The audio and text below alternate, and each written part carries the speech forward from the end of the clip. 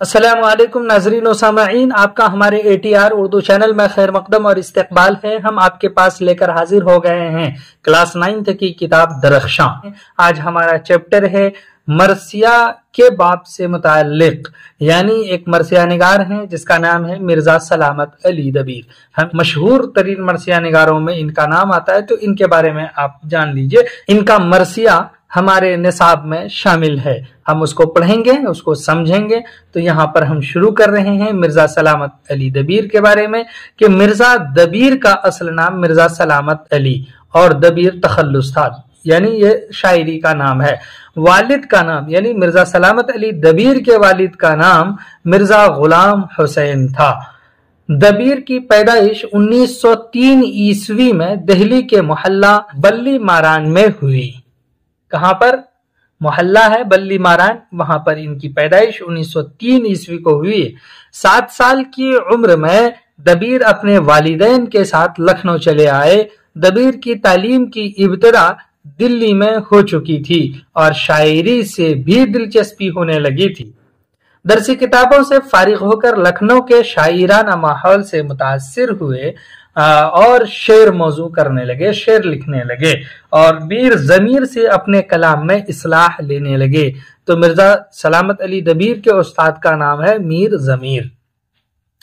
دبیر کے لیے استاد میر ضمیر روشن ضمیر ثابت ہوئے اور مرثیہ نگاری میں مرزا دبیر نے استادی کا مقام حاصل کر لیا، یعنی اتنے اچھے شاعر ہوئے کہ اس میں ان کو استاد تسلیم کر لیا گیا۔ نوعمر شاعر پسند عام اور مقبولیت کے ذریعے بہت جلد شہرت حاصل کر لیتا ہے۔ 15-20 سال کی عمر میں ہی مرزا دبیر شاعری کے منبر پر آنے لگے اور پیش خانی و مرثیہ خانی میں اپنا بہترین کلام سنانے لگے۔ طبیعت میں روانی و برجستگی تھی۔ عمر کے ساتھ ساتھ مشق میں اضافہ ہوتا گیا۔ مشق کو محنت نے جلا دی اور میر انیس کے مقابلے میں کلام پڑھنے لگے۔ چنانچہ اردو شاعری خصوصاً مرثیہ نگاری کی تاریخ میں انیس و دبیر کی شاعرانہ چشمک بہت مشہور ہے۔ اردو مرثیہ نگاری میں دبیر کی شہرت اور استادی کا یہ عالم تھا کہ اس کا صحیح اندازہ لگانا مشکل ہے۔ برِ صغیر کے دور دراز شہروں، قریوں اور دیہاتوں میں دبیر کا سکہ چلتا تھا۔ لوگ اس کو جانتے تھے، یعنی اس کی اہمیت بہت تھی، ان کی مقبولیت بہت تھی۔ مشہور تھا کہ بین اور مرثیت میں دبیر کا جواب نہیں۔ سوز خاں انہی کے مرثیے پڑھتے تھے، عورتیں انہی کا کلام پسند کرتی تھیں۔